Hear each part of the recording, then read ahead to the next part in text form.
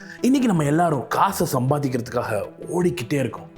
காசை ஸ்பெண்டும் பண்ணுறோம், காசை சேவும் பண்ணுறோம், அண்ட் கடைசியாக ஸ்ட்ரெஸ்ஸும் ஆகிறோம். தி சைக்கிள் கீப்ஸ் ரிப்பீட்டிங். ஒரு நிமிஷம் நின்று யோசித்து பார்த்துருக்கீங்களா? இந்த மணினா ஆக்சுவலாக என்னன்னு? இந்த காசை வச்சு எதெல்லாம் வாங்க முடியும் அப்படிங்கிறத பற்றி இல்லை, என்கிட்டயோ உங்ககிட்டயோ எவ்வளோ இருக்குது அப்படிங்கிறத பற்றியும் இல்லை. ஜஸ்ட் மணி, காசு, பணம், இந்த தின் ஷீட் ஆஃப் பேப்பர். இதுக்கே இவ்வளோ ஹைப்? இது உண்மையிலே என்ன? இதோட ஆன்சரை கண்டுபிடிக்க நம்ம 5000 இயர்ஸ் பின்னாடி போகணும். ரெடி?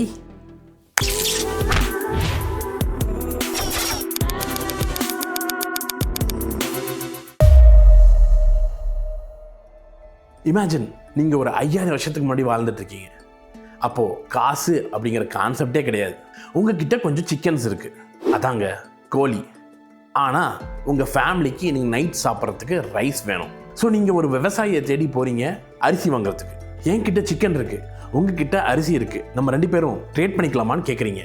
அந்த விவசாயி சரி அப்படின்னு சொன்னார்னா உங்கள் 2 பேருக்கு தேவைப்படுறது ஈஸியாக ஒரு ட்ரேடில் முடிஞ்சிருது. பட் அந்த விவசாயி எனக்கு சிக்கன் வேணாம் அப்படின்னு சொன்னார்னா அன்னைக்கு உங்களுக்கு தேவைப்படுற அந்த அரிசி கிடைக்காது. ஸோ ஒரு சிம்பிள் டின்னர் பண்ணுறதுக்கு கூட இவ்வளோ பிரச்சனையை ஃபேஸ் பண்ண வேண்டியிருக்கு. Not because the food was rare, not because the people were greedy back then, just because of one thing. எல்லா பொருளுக்கும் எதை வச்சு வேல்யூ பண்ணணுன்னு யாருக்குமே ஐடியா இல்லை. அப்போ யோசிச்சு பாருங்க, மனுஷன் இந்த மொத்த சிவிலைசேஷனையும் எப்படி கட்டியிருந்திருப்பான்? இந்த ப்ராப்ளம்க்கு ஒரு பேர் இருந்துச்சு, பார்ட்டர் சிஸ்டம். தமிழில் சொல்லணும்னா பண்டமாற்று முறை. ஃபர்ஸ்ட் ரொம்ப ஈஸியாக ஸ்மூத்தாக போச்சு.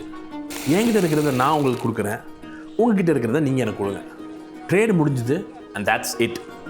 ஆனால் ப்ராப்ளம் என்னென்னா, மனுஷங்க கொஞ்சம் கொஞ்சமாக பெருசாக வாழ ஆரம்பித்தாங்க.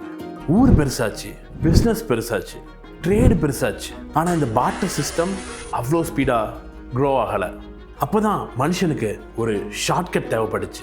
எல்லாரும் அக்செப்ட் பண்ணக்கூடிய ஒரே காமன் வேல்யூ, இந்த பொருளுக்கு இதுதான் வேல்யூ அப்படின்னு டிட்டர்மைன் பண்ணுறதுக்கு மனுஷனுக்கு ஒரு கான்செப்ட் தேவைப்பட்டுச்சு.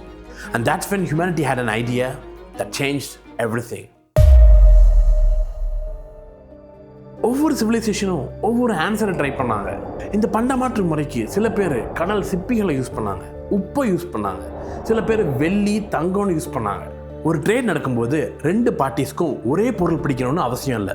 ஆனால் அவங்க ஒரே விஷயத்தை நம்பினா போதும். அதுதான் கேமையே மாற்றுச்சு. இந்த சேஞ்சுக்கு அப்புறம் ட்ரேட் ரொம்ப ஈஸியாயிருச்சு. மார்க்கெட் பயங்கரமாக வளர ஆரம்பிச்சிருச்சு. கொஞ்சம் கொஞ்சமாக மொத்த உலகமும் கனெக்ட் ஆக ஆரம்பிச்சிருச்சு. ஸோ ப்ராப்ளம் சால்வ் இல்லை? இல்லை. ஏன்னா உண்மையான இன்வென்ஷன் இந்த கடல் சிப்பியோ சில்வரோ கோல்டோ இல்லை. அதை விட ரொம்ப ஸ்ட்ரேஞ்சான ஒரு ஐடியா, ஒரே ஐடியா, காசு, பணம், துட்டு, மணி மணி.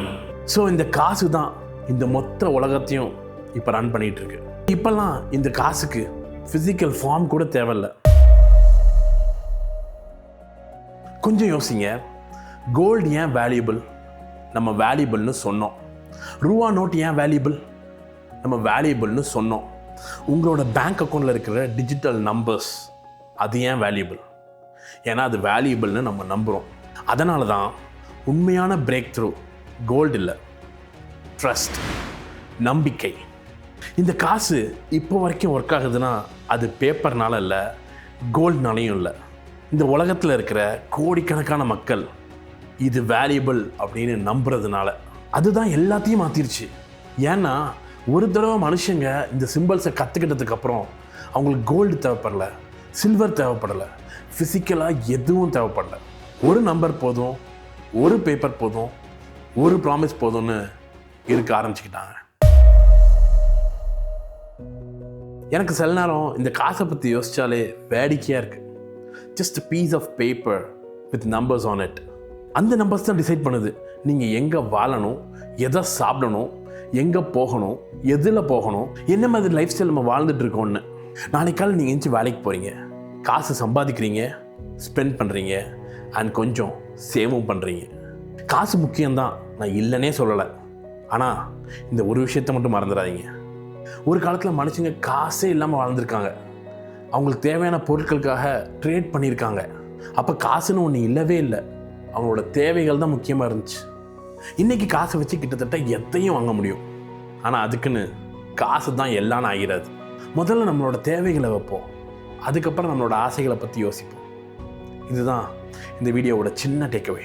இந்த வீடியோ உங்களுக்கு பிடிச்சிருக்கும்னு நான் நம்புகிறேன். தேங்க்ஸ் ஃபார் வாட்சிங். See you on another video. Until then, bye.